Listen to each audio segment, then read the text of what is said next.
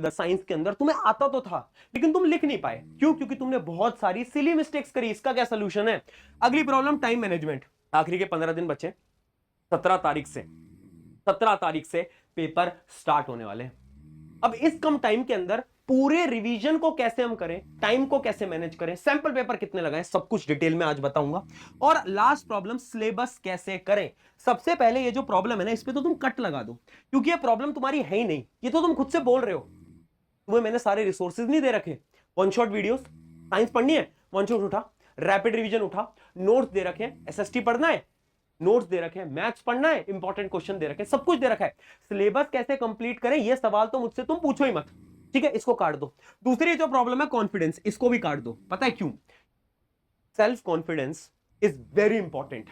मेरे दोस्त, मैंने ऐसे कितने स्टूडेंट्स देखे हैं जो कि मेहनत बहुत करते हैं, लेकिन क्योंकि उन्हें खुद पे कॉन्फिडेंस नहीं था ना, जिसकी वजह से उनका जो स्कोर होता है फाइनल एग्जाम के अंदर, बोर्ड एग्जाम के अंदर, वो कम रह जाता है। पर तुम्हें वो इंसान नहीं बनना है। चाहे पढ़ाई कम करो, लेकिन अपने अंदर जो जुनून है, वो जो कॉन्फिडेंस है ना, वो ऐसे रखो कि साइंस के अंदर, मैथ्स के अंदर, एसएसटी के अंदर, इंग्लिश के अंदर फुल मार्क्स तुम्हारे ही आएंगे, रैंक 1 तुम ही होगे। वो कॉन्फिडेंस चाहिए मुझे तुम्हारे अंदर, हर एक स्टूडेंट के अंदर, ठीक है? तो कॉन्फिडेंस की प्रॉब्लम, तो बहुत लोग आएंगे जो कि डिस्ट्रैक्ट करेंगे, बहुत लोग आएंगे जो कि तुमसे बोलेंगे अरे यार इतना क्यों पढ़ रहा है, इतनी क्यों मेहनत लगा रहा है, अरे बोर्ड एग्जाम ही तो है। कुछ समय उनको बोलो नहीं, ये फ्री फायर बाद में हो जाएगा, ये गेमिंग बाद में हो जाएगी, ये दोस्तों यारों से बात बाद में हो जाएगी, लेकिन ये समय शायद वापस नहीं आएगा। से नो टू एवरीवन, सबको मना करना पड़ेगा, ठीक है?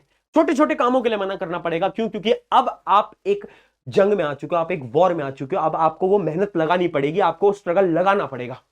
अगर अब भी नहीं लगा रहे हो तो फिर कोई फायदा नहीं है। डायरेक्टली मैं बोल रहा हूं, वो जो ड्रीम तुमने देखी है कि एग्जाम का रिजल्ट आएगा, मम्मी पापा खुश होंगे, वो सपना ही रह जाएगा, वो ड्रीम ही रह जाएगा।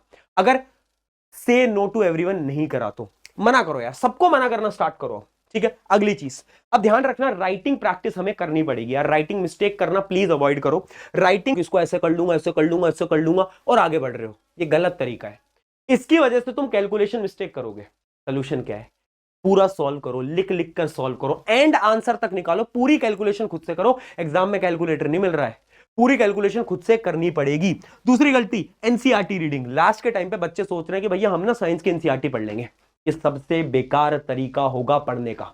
लास्ट के टाइम पे नहीं पढ़नी एनसीईआरटी। हमें क्या करना है? हमें लेक्चर देखने हैं, रिवाइज करने के लिए देखना है, नोट्स अपने उठाने हैं, क्वेश्चन प्रैक्टिस करनी है, बात खत्म। अब एनसीईआरटी पढ़ने का टाइम गया।